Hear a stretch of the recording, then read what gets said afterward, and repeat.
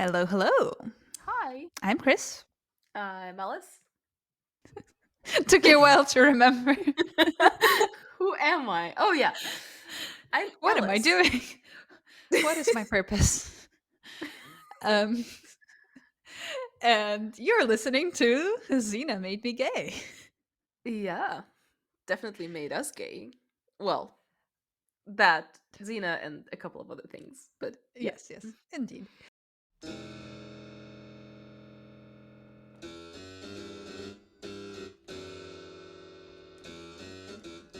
In the times of brick phones, Tamagotchis, and curtain bangs, the 90s kids cried out for a badass.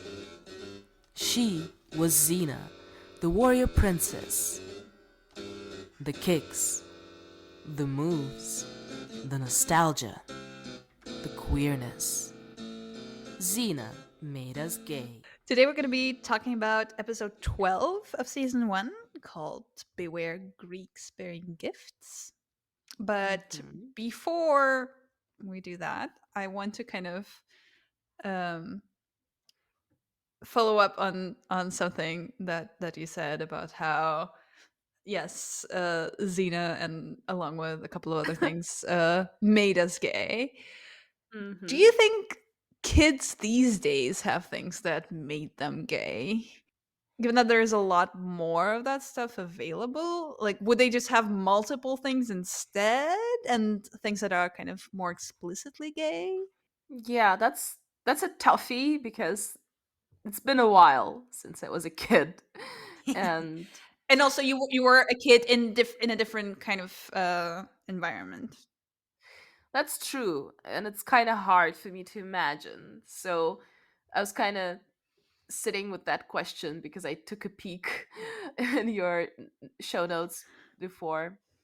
Um, the only thing that I could say, I think that even if it's explicitly gay, especially if it's explicitly gay, I would assume that some time has to pass for you to be able to accept it. And I think that those shows like Xena, where it's more subtext, it might be easier. I don't know if Mm. kids today have to deal with, like, I don't know if you could call it internal homophobia, but like internal resistance with accepting yourself as gay. I would assume that it happens whether you live in a society that is completely open to diversity or not. So we had a conversation with my partner recently, and she really loves the movie Birdcage. I also love it. It's a great movie. But she said that when she first saw it, and first saw it as a child, she liked Armand, the more masculine of the couple, played by Robin Williams, more. But as she grew up and as she accepted herself as a Aw. pansexual, bisexual woman, she grew to love Albert more, who is more explicitly gay, Mm. louder, queerer, more obnoxious in the best possible way. So Mm, I mm, guess that mm. also comes, like, I guess that also speaks about accepting the queerness in its full glory. That takes some time. That's my thought. Yeah, yeah. I think I was always attracted to flamboyant beings. I remember as a kid that was that was always something that like caught my attention. I was like, "Whoa, look at this. Look at I don't know, it just like it fascinated me. But it took me a while to accept that part of myself. Mm-hmm. There definitely was, especially given that I'm not just gay, I'm also trans, Mm-hmm. and specifically trans mask. And so I think I kind of pushed away a lot of those um, flamboyant parts of me in favor of this trans maskness, which I understood as mutually exclusive. They're not. Mm-hmm. Newsflash. But yeah, Yeah. there was definitely a period of time when I thought that, oh, it has to be one of the two, and being being my gender matters more to me, so I'm just not gonna have those frilly parts to myself. But thankfully, I I came around. Yes. Thank God. Yeah, yeah. But that's a bit of a We're going on a tangent. Yeah, we're not answering your question. Yeah. it's a bit of a tangent. In terms of kids these days, I don't know. I obviously the best way to do it is just to ask the kids, but Since we we're don't have any available right now. you know, I misplaced mine. So um yeah, I think maybe what people still have, this is a completely baseless assumption, so We whatever. love those here. Yes, yes, yes. Go I for it. think what people probably still have is something that they see as very young, where they haven't yet, started learning about the societal structure of gender and sexuality that we Mhm. have currently in the West. They aren't necessarily fully aware of what gay is Mhm. or what trans is or any of those things, but there are vibes. Mhm. Mhm. Yeah, and there are things that have a disproportional effect on you and you don't really understand why. Like you're watching TV and there's this one person and you're like, "Oh, there's something about this person and I don't understand why I'm Mhm. so drawn to them, but I can't look away." I think people would still have that regardless of whether we have like more explicit gay content, less stuff like that. Um, Mhm. I think where it probably changes is when they become more aware of like what queerness is and um, what identity is, and there maybe it's different. Yeah.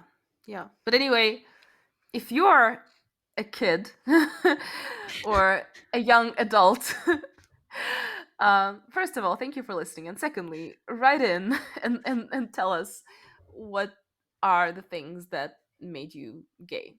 And if you have those at all, maybe Yeah. again, like as we're wondering here, maybe that's just not really the way that you think, Hmm. Hmm. which is also interesting, and we want to know that. That's true.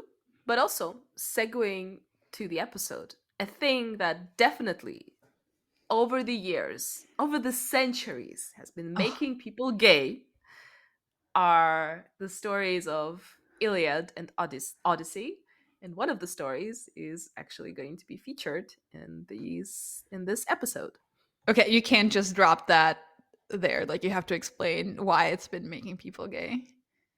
I think that just genuinely, speaking of the Roman Empire, like Greek and Roman culture is very um explicitly gay, from like naked athletes to statues with hard bods to this culture of young boys being apprentices to people of substance and essentially being their young lovers. Like, we're going to put the ethics of all of it aside for a moment, but I think that, like, from my early childhood, I think that that was a explicitly queer theme in history that you could not smudge it out no matter how much you tried. Or maybe, like, in my childhood, thankfully the teachers did not try as hard.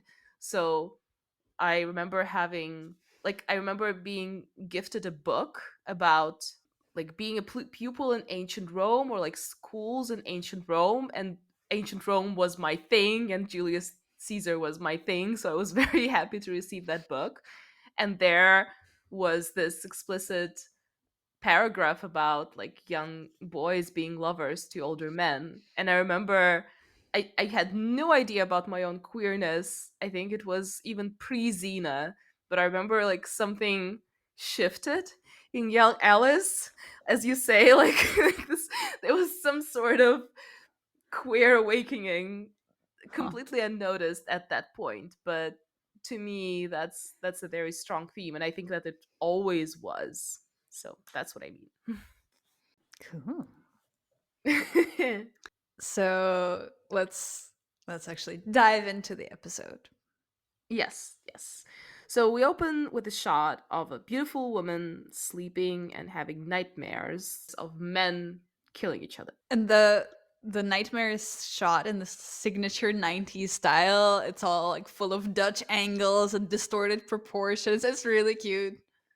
Yeah, yeah, yeah. It was a nice shot. And in her dreams, one of the wounded men screams, "Helen! Helen!" And we immediately get what piece of historical fiction we stumbled across, even if we haven't seen the title. And yeah, well, the title helps, of course. It does. So at first it seems that the beautiful woman is there alone, but no. Right by her side, there's Ken, Paris. Aw, Ken is much better. Ken is better. Yes. Yeah. So Helen tells Paris that her nightmares are very real, and he, of course, gaslights her and tells her that there's nothing to worry about. And this is going to be a theme. Yeah, I don't know in this particular instance whether I can quite call it gaslighting. It's more just like average straight guy cockiness where she's like, "Oh no, the war, it's so horrible." And the guy's like, "Chill out, babe. We're going to win it like tomorrow. Just like I'm so good. It's all going to be chill. Like I'm going to win this war." Yeah. Yeah, but I feel that in the straight boy cockiness, there is a lot of gaslighting. It kind Yeah, of yeah, no, goes it's together. it's definitely part of the toolkit. I just don't think here specifically that's what he's doing. Maybe just because I remember how this character is going to be throughout this episode, so I Mm. kind of jump to hate him. But I'm very right to hate him. He's No, no, very you are, you mediocre. are. So yeah, the only complaint that he has is that the nightmares rob you of your beauty. Ugh. Yeah, and he adds, "Isn't that what I've been fighting for?" And it's like, gee, thanks, Paris. Don't know what I would have done had you not fought for my beauty, whatever the fuck that means. That's way to go, giving me worth with that whole speech. Yeah. Yeah. And we see right away that this is going to be an episode from Helen's perspective of the whole Trojan War, which is pretty interesting. It's really cool. And I mean, the text itself, the Homer's text, I think it's like not only I, like a lot of people say that that's like the closest that you can get to a kind of psychological novel bits that was written in that time, but we always focus on other characters like Hector, for Mhm. example, who's completely missing in the Xena's episode. But it's very interesting that they decided to focus on Helen, continuing with the feminist perspective. Yeah. And as an aside, I have mentioned, I think, in a previous episode, but Hmm. Helen is another example of Xena's race blight casting. She's portrayed by a person of color. And we've seen quite a few POCs already, but most of them have been villains. Yeah, Which, very of course, charismatic villains, but yeah, it's still it's not the best way to do race blind yeah. casting, if that's kind of the entirety of it all. Mm. But that makes this choice for Helen even more significant. And of course, Helen is supposed to be the most beautiful woman in the entire world. So it seems like a bit of a statement on the part of the showrunners, which I like. Yeah, yeah, I also liked it a lot. The actress is stunning, who's playing Mm. Helen, of course. And yeah, but I've seen a couple of other films. I think they were mostly films, or maybe like a film and a show where we saw Helen of Troy. She was shown as a blonde woman with like light eyes and light skin. I wonder Shocker. why. Shocker. Yeah. So go Xena once again. So then Helen goes to her trusted guard and asks him whether he's heard of Xena. And of course, everyone in the ancient world has heard of Xena. So he says yes, and he agrees to get a message from Helen to the warrior princess. So he goes on his mission, and meanwhile, we see Gabrielle and Xena, and they're walking through the forest. And it turns out that Gabby rationed only half an apple for Xena to eat, or for both of them to Ouch. eat. Yeah. So it's like not the best planning on Gabby's part. And Gabby No. suggests that they might stop at Troy for supplies, but Xena notes that the Trojans have been at war for 10 years and they don't have anything to spare. And Gabby then reveals that the real reason she wants to go to Troy is to see Helen. Is there a continuation of the Sapphic awakening theme for Gabrielle, or am I reading too much into it? I mean, I think that's a fair interpretation. Like I certainly was like that in my teens. Like I would spend hours and hours looking at all these pictures of beautiful women just cause like no reason, just feel like doing it. I'm just gonna find every single photo of this actress that I'm really into just because she looks good, and it's nice to look at good looking women. That's just kind of what's happening here.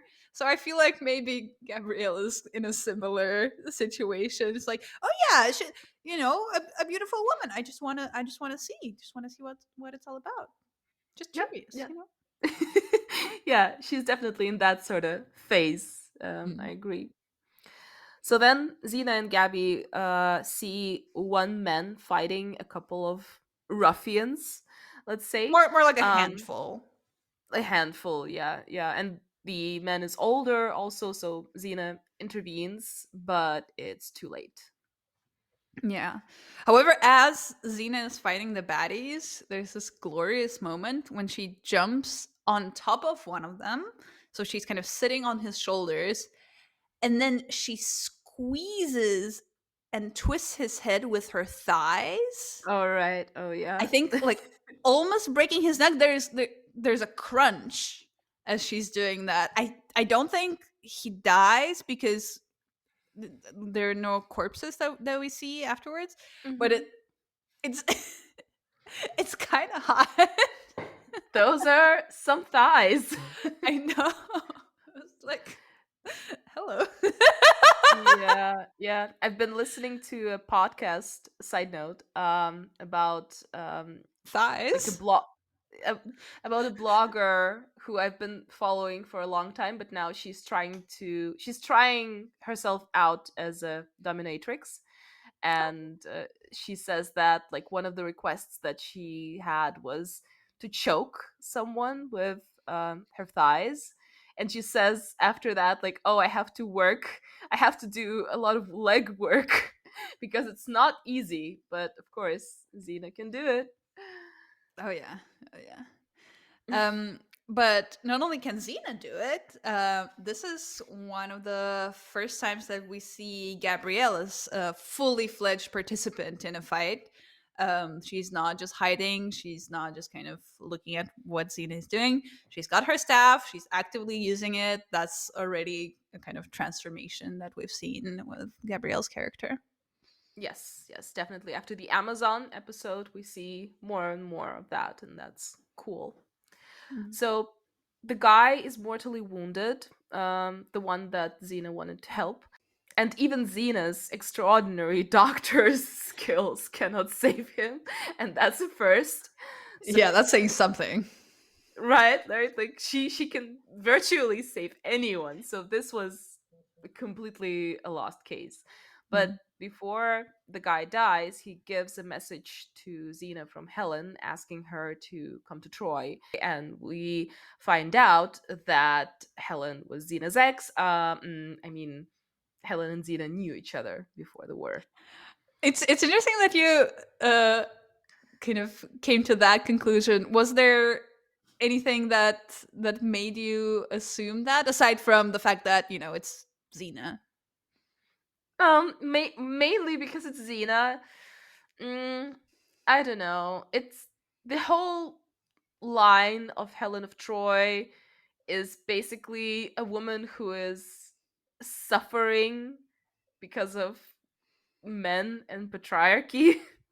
So I would assume that that's a good trajectory for her. But no, I don't think, actually, in all seriousness, that there is a vibe between Helen and Xena. I think Xena is more protective of her than anything. There's also something that Helen says later in the episode that makes me think, no, they've never dated.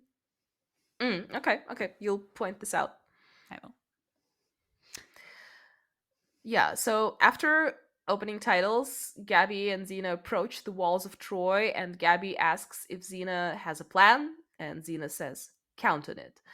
But it turns out that the plan is to run towards the walls of Troy really fast, trying to outrun the Greek army. And mind you, this is a city that has been under siege for 10 years. So for 10 years, the Greek army was trying to kind of get into Troy, but Xena is just going to run her way into. I don't know. Maybe there was some sort of plan, but I don't get it. No, and Xena's plans aren't usually this stupid. I don't understand why the writers went for this option here. Maybe they were just having an off day. Yeah. Maybe they were like, "Oh, and we'll come up with a plan later," and then they were like, "Oh shit, we need to film the episode, and we didn't write a plan. Let's just leave it." Have them run. That's the Yeah, plan. You just run. yeah. But also, at first we don't see the Greek army anywhere. It seems like there is no one around. So it doesn't seem like such a bad plan after all. But then as Cena and Gabrielle are running, it turns out that Greek soldiers are just hiding under palm leaves on the ground. So it looks like the ground is just like covered with these dried palm leaves. And as they start running, soldiers like pop up from those palm leaves. Like, for how long have they been there? What And have they also they been doing? I have so and many they also questions. they also pop up with those zombie sounds like "Whoa, whoa, whoa." I don't know, it's very funny. Like the screenwriters have a very interesting notion of the Trojan War. Yeah, let's go with um interesting. but anyway, the plan works because Gabrielle's ex fiance, aka the most boring heteronormative storyline in the whole series, turns out to be a general, or like at least some soldier high up in the Troy army, and yells to his warriors to open the gates. Yeah, he's more like middle management, I think. Not definitely not it. So, first of all, that's quite a claim that that's the most boring heteronormative storyline. I stand I by it. I I stand by it. I understand, but I will be keeping that in mind as we move on. Okay. So, you said Gabrielle's ex-fiance, and we have seen him before. In the Mm-hmm. first Mm-hmm. ever episode of Xena, when Xena meets Gabrielle and Gabrielle is at her village, she has a fiance, and she promptly dumps him and runs away with Xena. But don't worry if you don't recognize the guy from episode 1, because he's literally not even played by the same actor. That's how disposable he is. That is true, and that says a lot, but also I couldn't care less about this character. Ah, mm. Anyway, inside the gates, the boyfriend takes off his helmet and Gabby introduces him to Xena as the guy who she was supposed to marry. And the guy has his recognizable straight boy pout, which roughly translates to "You cocked blocked me, so I am hurt, and I went to the army to drown my sorrows in blood." Yeah, the pout kind of reminds me of the Jon Snow pout from Game of Thrones. I feel like they went to the same school of pouting, those two. Maybe, yeah, but Jon Snow is more emo, and this guy's is more uh starting men's right activist pout. Okay, yeah, fair enough. But anyway, Xena and Gabby are inside Troy now. Yay. And outside Troy, we see someone report to King Menelaus and like refreshing the memory of people who do not love Iliad as much as I do. It's the king who was married to Helen, and Paris, aka Ken, Bad Ken, stole Helen from King Menelaus, so now they're at war for 10 years. Supposedly because of Helen, but Xena has some other thoughts. So outside Troy, there is a guy reporting to King Menelaus that Xena, the warrior princess, arrived at the city, and he hopes that doesn't ruin his plan. And I wonder what the plan is. Yeah, we also see the king ask a mysterious hooded figure to take care of this little unforeseen problem. Mm-hmm. So Mm-hmm. they don't want us to see the face of this person. Maybe that's Yep. going to be relevant. So inside Troy, Xena, Gabrielle, and the boring ex fiance are chatting, and the latter mentions that Commander blah blah blah would be very happy if Xena were to fight for them. And Xena, the icon that she is, asks with the most unflappable face, Commander blah blah blah? Who's she? Yes! Love it. Love it! It's so good. It's great. It's amazing.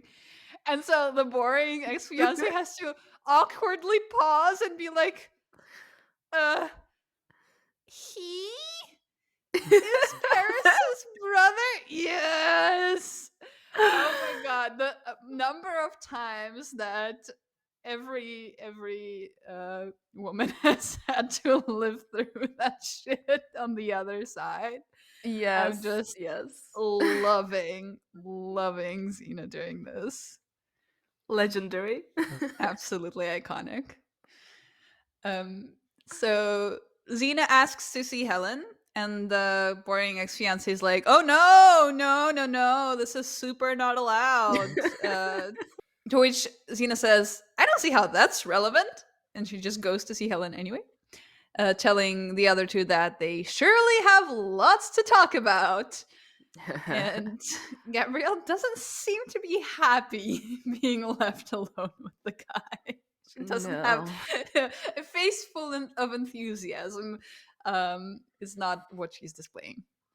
Mm-mm. Um, and then Xena gets to Helen, and both of them seem very happy to see each other, even though Xena mentions that they've had their differences in the past. So Mm. we never find out what those differences were, but it seems like they didn't fully get along. Maybe. Interesting.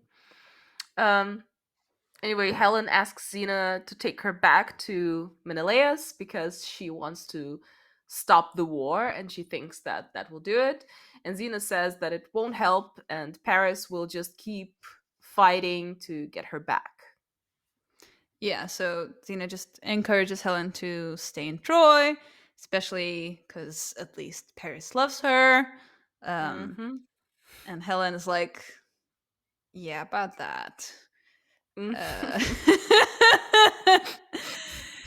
Uh, she says that, yeah, Paris might have loved her once, but now he was so obsessed with the war, there's no space for anything else in his life. And at this point, they're barely more than strangers. Yep, yeah, and we see that every time Helen and Paris are shown together. It's like, ugh, Uh, it's rough. While Xena and Helen are talking, Paris's brother enters, and no, this is not Hector, who is one of the best characters in Iliad. On the one hand, I'm pissed off that they wrote him off. On the other hand, I'm glad that they did not give him this shitty role.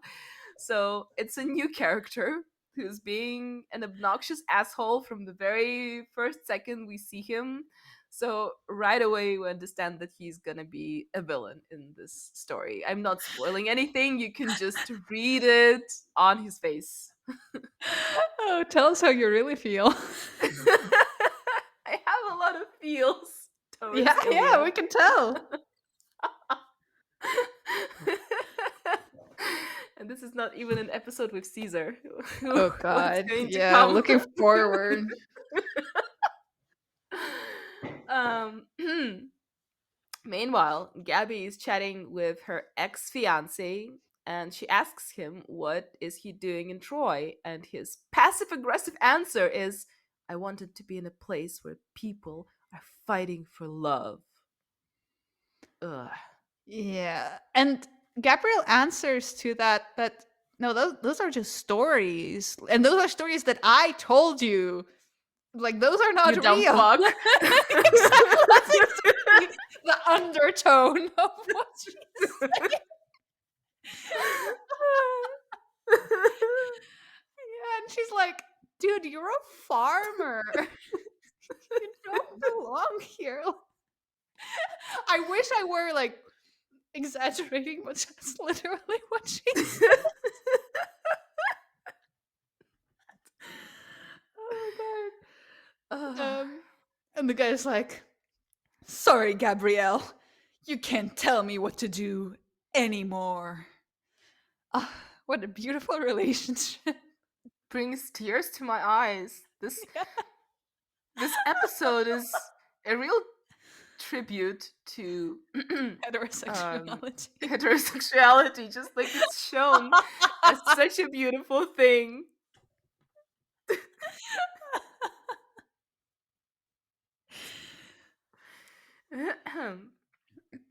So Xena is taken to Paris, where he, not Paris, France, but Paris, the character. Just thought I'd clear this up. Xena is taken to Paris, like to Paris's chambers, Okay. where Paris will decide whether she's trustworthy enough to fight for Troy. But that discussion is interrupted by the dude who we saw at the beginning of the episode, because this dude is the one who killed Helena's messenger and got a cut on his face from Xena. Um, and the showrunners kind of made a point for us to see that. We recognize this dude, and Xena, of course, recognized this dude. Xena accuses him, he draws his sword, and they start fighting. Xena obviously wants to question him, but Paris's brother conveniently kills him because he's a traitor, quote unquote, and he is killed off before Xena gets a chance to ask any questions. Yeah, we do learn that the guy was part of Paris's brother's personal guard, which is Mm, interesting. mhm. And we can immediately see that Xena is suspicious because she knows it wasn't necessary to kill him. So she has clocked that Paris's brother has killed him for some reason that was not defense. And Yeah. the reason we keep saying Paris's brother is that he has a complicated name and we can't be fucking bothered to Bothered to learn it. pronounce. That's true. That's true. He's just Paris's brother. That's it. Yeah. Yeah. So Gabby and her ex-fiance, whose name is Perdiccas, but just pronouncing it makes me laugh, so I'm just gonna keep calling him ex-fiance. So It Gabby and sounds her, a bit funny in Russian. yeah, I think it sounds funny in any language. I don't know. It's a ridiculous name for a ridiculous character. Sorry if any one of our listeners is named Perdiccas, but I seriously doubt that. So, Gabby and her ex fiance argue over the fact that he became a soldier to get back at Gabby, and he says that's not the case. And in the middle of this conversation, the city is attacked by archers. So they fight the attack off pretty quickly. And they use flaming arrows for that, kind of for no reason. Like they just for fun. Like, oh, and let's light that shit up. Yeah. Yeah, I don't know. For theatrics, I guess. Basically, the fight is over pretty quickly, and then Gabby's ex-boyfriend runs into Xena and he thanks her for taking care of Gabrielle. As if Gabrielle is a cow or a horse that needed to be, I don't know, taken care of while he's not around. And Mm. Xena just brushes this conversation off and asks this ex-boyfriend about Paris's evil brother. Like, What's his deal? do you know him? Like, what's his deal? Yeah. And he answers that, well, no one has killed more enemies. And Dean Mhm. is like, what about friends? And the guy's like, huh?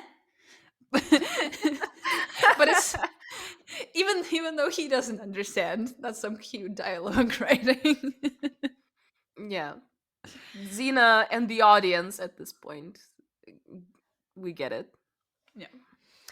And Xena and Gabrielle talk a bit, and Xena says that she can sense that something's off in Troy. There's You some kind think? of danger somewhere. Well, that's not just coming from the outside. Yeah. There's something wrong on the inside as well. And she tells Gabrielle to hang out with the ex fiance because he'll protect her while Xena is doing a secret side quest. Hmm. So later we see Helen trying to escape the city incognito, Princess Jasmine style, because she literally just puts a hood over her head with the tiara still on her head. And she tries to go back to Menelaus just thinking that nobody would recognize her, but of course Xena catches her and convinces her that her self-sacrifice is pointless and the war stopped being about her a long time ago. Mm. And Helen is clearly really lost, and she's like, "But what should I do? What should I do?" So Xena asks her, "What do you want to do?" To which Helen answers that she doesn't know because nobody has ever asked her that, which is just Hmm. so sad. Yeah. And Yeah. that's the reason I think that they never dated, because that's a phrase that is uttered by someone who has never dated a woman. That is true. That is true. Maybe that's Especially something. Xena. Yeah, definitely. That's something in Helen's future, perhaps. Not dating Xena, of course, but like dating some other woman, perhaps. But yeah. So as they're talking, Xena sees the evil brother exit the city through a secret door and follows him, only to find out, surprise, surprise, that he's conspiring with the other side. Yeah, so he's the this mysterious hooded figure that we saw earlier, because we see him right at the same place, wearing a cloak, talking to King Menelaus, and it's clearly him. Yeah, definitely. So Xena reports back to Paris and Helen, but the evil brother enters and has some sort of lame defense about going to the enemy camp alone to convince King Menelaus that he'll never win the war. And that's supposed to work somehow. Yeah, yeah, and so not only that, he says that he did it. He like Yeah. negotiated a peace, and the Greeks just gave up, which is like, what the fuck? Sure, dude. Cool story, bro. Yeah, yeah, and Xena's like, what the fuck are you talking about? No, like that was not a council of peace that I saw you do. You're a traitor. Like, fuck off.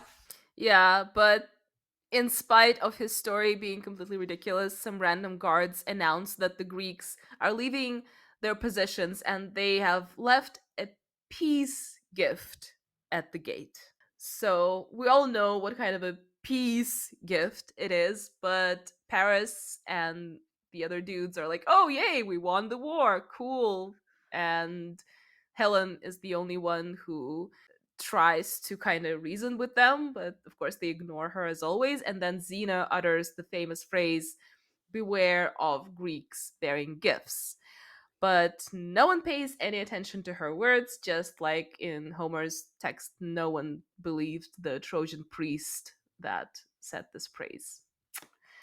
So they're sure that they won the war and that it's really a gift. So they drag the wooden horsey into the city. Helen tries to convince Paris to listen to Xena, but Paris again brushes her off with, things are a little complicated, my dear. Why don't you find yourself something pretty to wear to the celebration? And so it also means that Paris kind of doesn't need Xena anymore, and he's like, well, fuck her, arrest her. Sure, why Yeah, not? well, yeah. And obviously, Xena is ready to fight immediately, but the evil brother stands right behind Helen. So Uh, he shows Xena his sword, which is not a mhm. euphemism, by the way. And to kind of indicate that he would hurt Helen if Xena resists the arrest, and so she allows herself to be taken away. The next morning, Paris's evil brother comes to the prison to gloat, basically, and Xena reveals that she is onto his plan and he's not fooling her. Yeah, and she kind of tries to get him to talk a little bit because she understands the plan, but she doesn't understand what his motivation is. Like it's literally his brother. What's the deal? Hmm. But yeah, he says nothing to that, but he opens the gate between Xena's cell and the cell where Greek prisoners are kept and convinces them to kill her. He's like, well, this is the Greek woman who betrayed your army, blah, blah, blah. Go and kill her. They try to do it, but in the end, they sort of help her escape by being a counterweight to a seesaw that Xena jumps on. It's very hard to explain that scene, but it's absolutely epic because basically Xena literally jumps out of the prison through the skylight, and as she goes away, she's like, "Thanks, fellas." Meanwhile, Helen is taking this luxurious looking Mhm. milky bath with like rose petals and 100 candles around her. It looks really, really good. And so then Paris comes in and he complains that she doesn't look happy. What's up, girl? Why aren't you happy, girl? You better be Why fucking aren't you happy. smiling? Ugh. And Helen explains to him that she doesn't really see anything to celebrate. And she reminds him that he jailed Xena for literally no reason. She's like, look, if you love me, you should trust my judgment. To which he responds that he didn't fight for 10 years to listen to her judgment. Jesus Sure. fuck. Like, I can't imagine how horrible and suffocating it must have been for Helen for most of those 10 years. Like, can you fucking imagine with Yeah. this guy? Ugh, Yeah, he nightmare, truly is nightmare shown fuel. like the worst sort of dude to be around. But also, like, very believably Mm-hmm. bad. You know, like he's not like a cartoon villain. Um, No. he's he's just a horrible man. Yeah, yeah. I think that those phrases work and actually they Mm, make us so angry because they are very recognizable and very real. yeah. But apart from this horrible place that Helen finds herself, we are back to Gabrielle and her ex fiance, who again reminisce about old times while everyone else is passed out drunk. Because And there was then a night of celebration. yeah, yeah, It's yeah. There's the next day. it's the night of celebration. We see all of the soldiers from the Trojan army basically lying around with cups of something, beer, some sort of drink that got them I think drunk. ale they usually drink Ale, ale, yeah, yeah, in yeah. Xena. That's true, yeah. And then, surprise, the Greek warriors storm out of the horse. And we know that Odysseus is the one who actually thought of this plan. And we're going to meet Odysseus, spoiler alert, but later on, I think in season 2. For now, we do not see him, and we just see the Greek warriors basically taking the city of Troy as they are in Homer's text. So we see the evil brother tell his guys, "Go get Helen," and they're like, "But what about your brother?" And he's like, "I'll deal with my brother myself." Yeah, and then the very big fight happens in the city, obviously. Yeah, and again, we see Gabrielle fighting, and she does a decent job.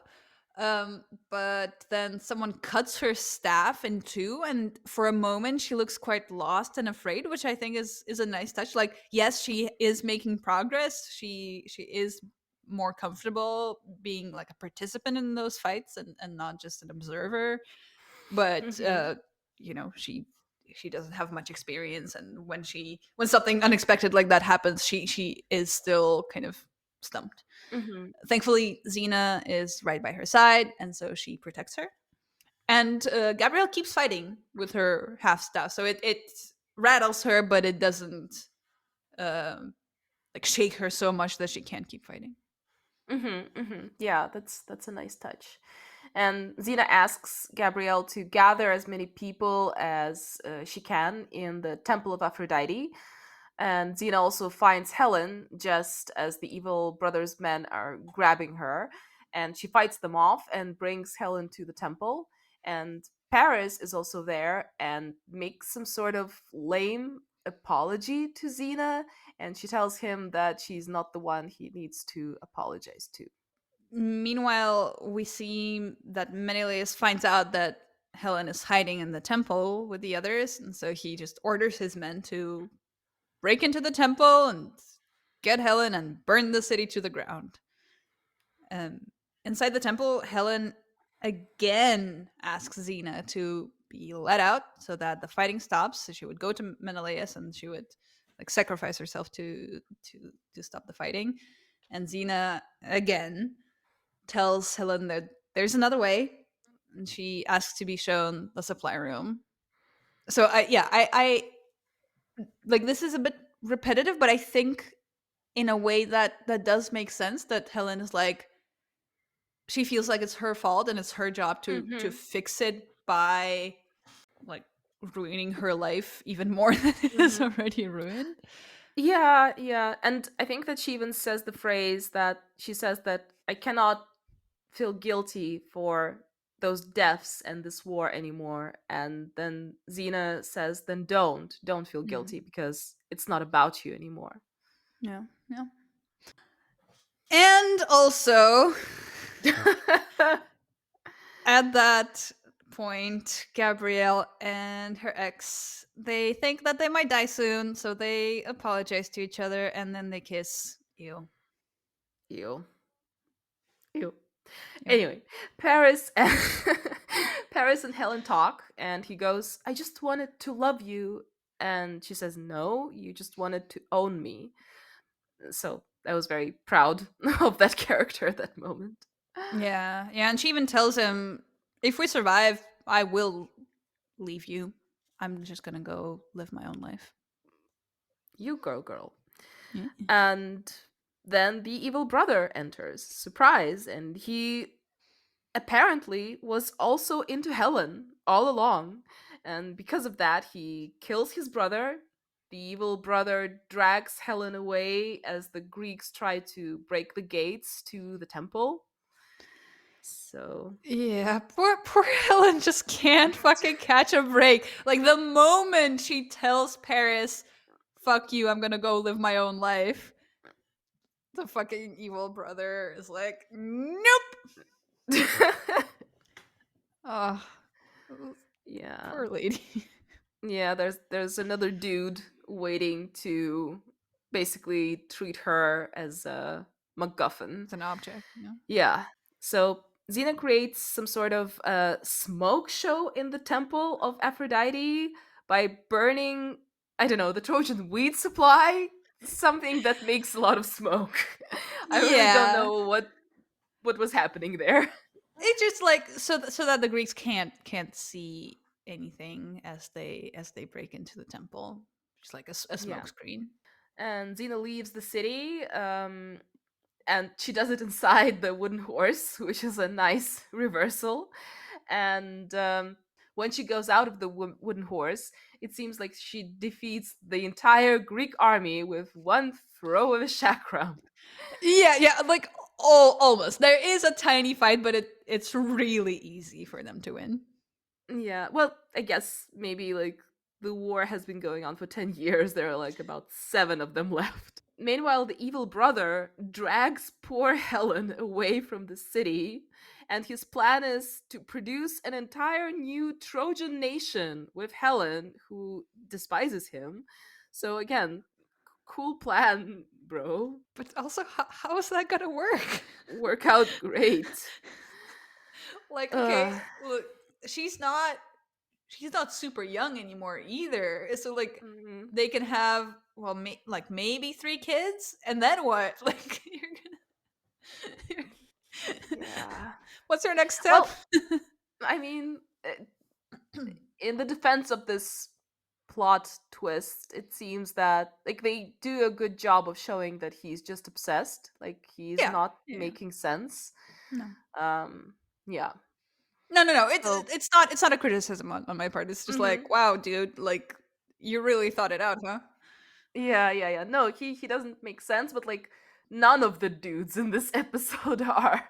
Zeke of course stops him and knocks him out before he can take 2 steps out of the city. She's just waiting for him right outside the gates. Hmm. So she knocks him out, and, and then she puts Helen's little tiara on this evil brother, and Hmm. she leaves him there so that he's the first thing that Menelaus sees when he leaves the city empty-handed.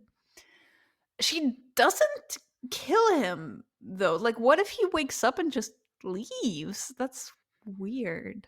It seemed to me when I was watching that he was pretty dead, but She just like knocks him off of his feet. Like, it's not even, she doesn't even like hit his head. she just she just like makes him trip. He falls and mm, he's knocked out. But like at no point does it seem like he's like she doesn't do anything that would kill him. yeah, but maybe she kind of assumes that Menelaus will when he leaves the city. It's weird, yeah. But in general, the show does not like to show a lot of the explicit killings. That's true. Um, and I think that in some episodes they do, but that's kind of like important. That's kind of like the Mm. plot point that explicit killings are happening. Yeah. Anyway, Gabrielle and her ex boy are talking, and he has the audacity to suggest that they now can go their separate ways, even though things got pretty crazy. And Gabrielle, according to him, said some things that suggest that they should get back together, even though she literally said nothing of the sort. Yeah. And at the end of this conversation, to make things worse, he grabs her and kisses her. And I don't know what was suggested by the screenwriters and the directors, but Gabby's vacant expression says it all for me. Yeah, I think she looks more confused than anything to me. That entire conversation, she's like, What? "What's happening? Like, why? Why are you telling me these things? Why are you doing these things? I don't. I'm not quite following. You know, like that's what I'm reading in her face. Yeah, definitely, definitely. There's definitely no emotions in terms of like I like this dude. So No, but yeah, there were no emotions like that in the first episode when he was literally her fiance. She was like, right? "Oh yeah, so this is yeah, this is the guy. Yep, yep, yep." Yeah, but sadly, it's not the last we're going to see of him. That's all I'm gonna say for now. Yeah. I mean, dare I say that this story does have a happy ending? I'm not gonna reveal what I mean by that, but you know. It does. It does. So Helen thanks Xena for showing her the way of the single gals, basically. Yeah, yeah. Helen's just like making some plans for her new life, and she decides that she'll travel to a city nearby with the ex fiance, which honestly sounds like a bad time. Like, Oh yeah, like I suppose that's an improvement because she lived with like a literally abusive partner, but like, girl, you can do so not much by better. much. Not No. by much. He's a terrible hang. But okay. Yeah. I really hope she'll kind of be on her own for a while. But Xena and Gabrielle contemplate going back for the wooden horse. And Gabrielle says that it's bound to be a collector's item, and Xena answers only if you're gonna pull it. And that is that.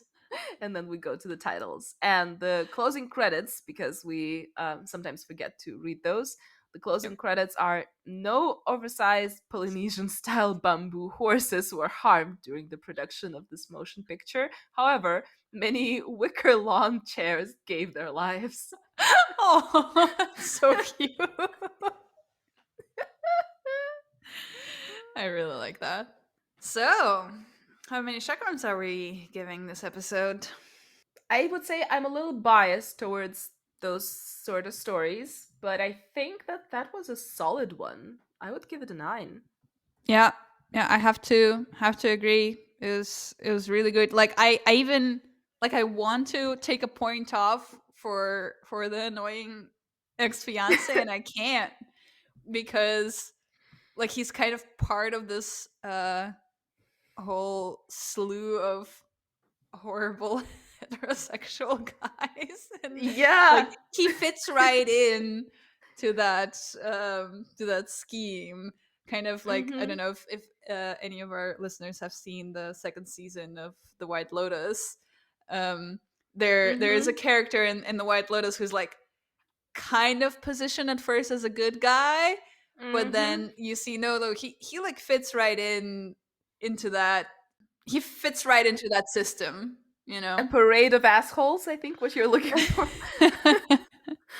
Yeah, and it's like it's not saying that they're equally bad. It's just Mhm. saying like these are the options. Have fun. That's true, yeah. And again, like what we were saying, the men, what they say and how they behave, like it's a little exaggerated, not by Of much. course, of course, of course. But yeah, it's very recognizable, Mm. awful behavior that we see from men. So yeah, it's a solid one. Indeed. So that concludes our discussion of episode 12. and we'll see you soon to talk about episode 13, which would be Athens City Academy of the Performing Bards. A bit of a mouthful. Yes, I love this one. I'm so excited. I don't remember anything about it, so we'll see. We'll see. All right. Thanks for listening as always, and we'll talk to you soon. Bye. Bye bye.